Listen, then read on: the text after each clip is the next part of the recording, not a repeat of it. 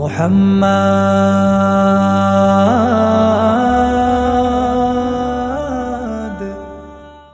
بسم الله الرحمن الرحيم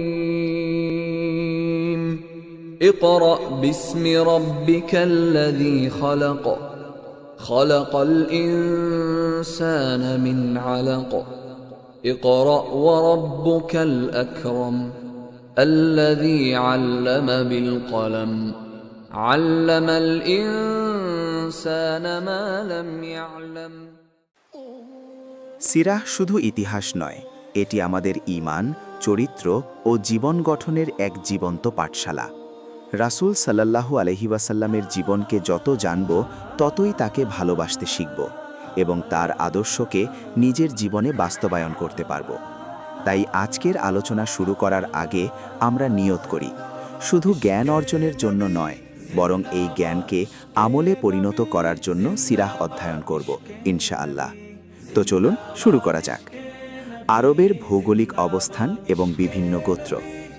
আল্লাহ তাআলার প্রিয় হাবিব মুহাম্মদ সাল্লাল্লাহু আলাইহি ওয়াসাল্লাম, তিনি সর্বশেষ নবী ও রাসূল। সমগ্র মানবজাতির কল্যাণ ও মুক্তির জন্য এই দুনিয়ার বুকে তার আগমন ঘটেছে। নিকষ কালো আধারে নিমজ্জিত মানুষগুলোকে তিনি পবিত্র কুরআনের আলোয় আলোকিত করেছেন। মূর্তি পূজায় লিপ্ত এক মূর্খ জাতিকে তিনি পৌঁছে দিয়েছেন সাফল্যের স্বর্ণশিখরে। বিশ্বজাহানের প্রতিপালক মহান আল্লাহর আদেশ নিষেধ অনুসারে তিনি সাজিয়ে দিয়েছেন প্রতিটি সাহাবীর জীবন।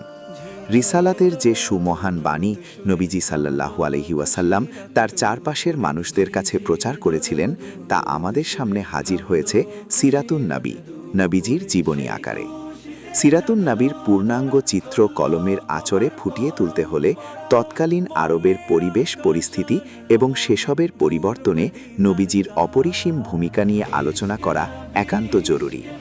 এ কারণে আমরা শুরুতেই ইসলাম পূর্ব আরবের ভৌগোলিক অবস্থান, বিভিন্ন জাতিগোষ্ঠী ও তাদের জীবনযাপনের নানা বিষয় নিয়ে বিস্তারিত আলোচনা করব। তুলে ধরব নবীজির আগমনকালে আরবের সার্বিক পরিস্থিতি। আরব ভূখণ্ডের আয়তন ও অবস্থান। আরব সে তো এক বিশাল মরুভূমি, যত দূর চোখ যায় কেবল বালু আর বালু। দিগন্ত বিস্তৃত সেই মরুর বুকে শত শত মাইল বিচরণ করেও দেখা মেলে না এক ফোঁটা সুমিষ্ট জল। নেই কোনো গাছপালা, আঁকাবাঁকা মেঠো পথ, সবুজ অরণ্য কিংবা ছায়া সুনিবিড় গ্রাম। আরব মানেই যেন ভিন্ন এক দৃশ্যপট। তবে প্রাচীনকাল থেকেই আরব বলতে আরব উপদ্বীপ এবং সেখানকার স্থানীয়দের বোঝানো হয়। আরব দেশের পশ্চিমে রয়েছে লোহিত সাগর আর সিনাই উপদ্বীপ। পূর্ব দিকে দেখা মেলে আরব উপসাগর এবং দক্ষিণ ইরাকের কিছু অংশ। ওদিকে আরবের দক্ষিণ দিকটা পরম মমতায় আগলে রেখেছে আরব সাগর, যার বিস্তৃতি ইন্ডাস মহাসাগর পর্যন্ত। বাকি রইল উত্তর দিক। এখানে রয়েছে বৃহত্তর সিরিয়া এবং ইরাকের সামান্য অংশ। কিছু অমীমাংসিত সীমানাও দেখা যায় এখানে ওখানে। এসব নিয়েই গড়ে উঠেছে আরবের মূল ভূখণ্ড। এর আয়তন প্রায় 10 থেকে 13 লাখ বর্গমাইল।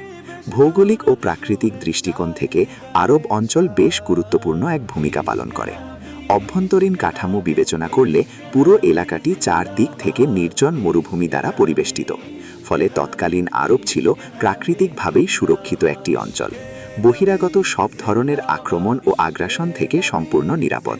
এই কারণে প্রাচীনকাল থেকেই আরব জাতিকে সব রকম স্বাধীনতা ভোগ করতে দেখা যায়। অথচ তাদের প্রতিবেশী তখন মহা ক্ষমতাশালী 2 বিশাল সাম্রাজ্য। প্রাকৃতিক এই সুরক্ষা বলয় না থাকলে বহু আগেই শত্রুদের আক্রমণে দুনিয়া থেকে নিশ্চিহ্ন হয়ে যেত আরব জাতির নাম। বহির্বিশ্বের দিকে তাকালে দেখা যায় প্রাচীনকাল থেকে প্রসিদ্ধ মহাদেশগুলোর ঠিক মধ্যভাগে আরবের অবস্থান। কি জল কি স্থল, উভয় পথে যোগাযোগ ব্যবস্থার এক চমৎকার মোহনা এই আরব ভূমি। আর এটা কেনই বা হবে না? আরবের উত্তর পশ্চিম ভাগ আফ্রিকা মহাদেশের প্রবেশদ্বার। ওদিকে আবার উত্তর পূর্ব সীমান্ত ইউরোপে যাওয়ার এক সহজ সমাধান। আর পূর্ব দিকটা ইরান, মধ্যপ্রাচ্য ও নিকট প্রাচ্যের সঙ্গে সংযুক্ত। এই কারণে সুদূর হিন্দুস্তান ও চীনের সঙ্গে যোগাযোগ করাটাও তুলনামূলক সহজ। তাছাড়া জলপথে আরবের সাথে সকল মহাদেশের রয়েছে দারুণ এক যোগাযোগ ব্যবস্থা। তাই সেসব অঞ্চলের জাহাজ অনায়াসে আরব সমুদ্র বন্দরে নোঙ্গর করতে পারে। এমন অফুরন্ত ভৌগোলিক সুযোগ সুবিধার ফলেই আরবের উত্তর ও দক্ষিণ দিকটা বিভিন্ন জাতিগোষ্ঠীর মিলন মেলায় জায়গায় পরিণত হয়, আর তাই বাণিজ্যিক, সাংস্কৃতিক, ধর্মীয় ও শিল্পশাস্ত্রীয় সবকিছুর প্রাণকেন্দ্র হয়ে ওঠে এই আরব ভূখণ্ড। আরবের বিভিন্ন জাতিগোষ্ঠী। ঐতিহাসিকদের মতে বংশ পরিক্রমা অনুসারে সমগ্র আরব জাতি প্রধানত 3 ভাগে বিভক্ত, যথা 1. আল আরাবুল বাইদা, প্রাচীন আরব জাতি। ইতিহাসের গ্রন্থাবলীতে তাদের ব্যাপারে খুব বেশি তথ্য পাওয়া যায় না, যেমন আদ, সামুদ, তাসাম, জাদিস, ইমলাক ইত্যাদি। 2. আল আরাবুল আরিবা, ইয়ারাব ইবনু ইয়াশচাব ইবনে কাহতানের উত্তরসূরি, এদের কাহতানি আরব নামেও ডাকা হয়। 3. আল আরাবুল মুস্তারিবা, ইসমাইল আলাইহিস সালামের বংশধর, এদের বলা হয় আদনানি আরব। আল আরবুল আরিবা বা কাহতানের উত্তরসূরিরা প্রথমে ইয়েমেনে আবাস গড়ে তোলে। এরপর কালের পরিক্রমায় তারা বিভক্ত হয়ে যায় বিভিন্ন গোত্রে। তাদের মধ্যে সর্বাধিক প্রসিদ্ধি লাভ করে 2টি গোত্র। 1. হিমিয়ার। হিমিয়ারিরাও একাধিক গোষ্ঠীতে বিভক্ত ছিল। উল্লেখযোগ্য কয়েকটি হল জাইদুল জামহুর, কুজা ও সাকাসিক। 2. কাহলান। কাহলানিদের প্রসিদ্ধি গোষ্ঠীগুলো হল হামদান, আনওয়ার, তাই, মাহজিজ, কিন্দা, লাখম, জুজাম, আজদ, আউস, খাজরাজ এবং জাফনার উত্তরসূরি বা শামের রাজন্যবর্গ। পরে এরা গাসসানি হিসেবে পরিচিতি লাভ করে। কাহলান গোষ্ঠীর লোকেরা ইয়েমেন থেকে হিজরত করে জাজিরাতুল আরবে আসে। ক্রমশ তারা ছড়িয়ে পড়ে আরবের বিভিন্ন অঞ্চলে। কোরআনে উল্লেখিত এক সাইলুল আরিম অর্থাৎ প্রবল বন্যা সংগঠিত হওয়ার প্রাক্কালে ইয়েমেনের ব্যবসা বাণিজ্যে মারাত্মক ধস নামে। কাহলানিদের অধিকাংশ হিজরতের ঘটনা ঠিক তখনই ঘটে। উল্লেখ্য, সে সময় রোম করা প্রথমে মিশর ও সিরিয়ায় আগ্রাসন চালায় এবং পরবর্তীকালে কুঞ্জর দেয় ইয়েমেনের দিকে। এরপর তাদের জলস্থলের সকল বাণিজ্যিক রুট দখল করে নিজেদের নিয়ন্ত্রণে নিয়ে নেয়। এমনও হতে পারে কাহলান ও হিমিয়ার গোত্রদ্বয়ের বিরোধের কারণে কাহলানিরা দেশ ছেড়েছিল, কেননা কাহলানিরা ইয়েমেন ত্যাগের পরও হিমিয়ার গোত্রের লোকেরা সেখানে ছিল। হিমিয়ারিদের সেখানে টিকে থাকা এমন ইঙ্গিতই বহন করে। কাহলান গোত্রের মুহাজিরদের আবার 4টি দলে ভাগ করা যায়। 1. আজদ। আজদিরা তাদের গোত্রপতি ও গুরুজন ইমরান ইবনু আমর মুজাইকিয়ার সিদ্ধান্তে হিজরত করে। প্রথমে তারা ইয়েমেনের বিভিন্ন অঞ্চলে স্থানান্তরিত হয় এবং বসবাসের উপযোগী ভূমির সন্ধানে দিকবিদিক দূত পাঠায়। এরপর দূত মারফত প্রাপ্ত তথ্যের ভিত্তিতে অগ্রসর হয় উত্তর দিকে। বিভিন্ন এলাকায় ঘুরে ফিরে অবশেষে যে সকল এলাকায় তারা বসতি স্থাপন করে তার বর্ণনা নিম্নরূপ।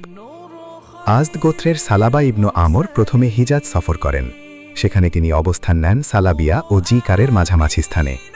পরবর্তী সময়ে তার বংশবৃদ্ধি পেলে তিনি মদিনায় চলে যান এবং সেখানেই স্থায়ীভাবে বসবাস শুরু করেন।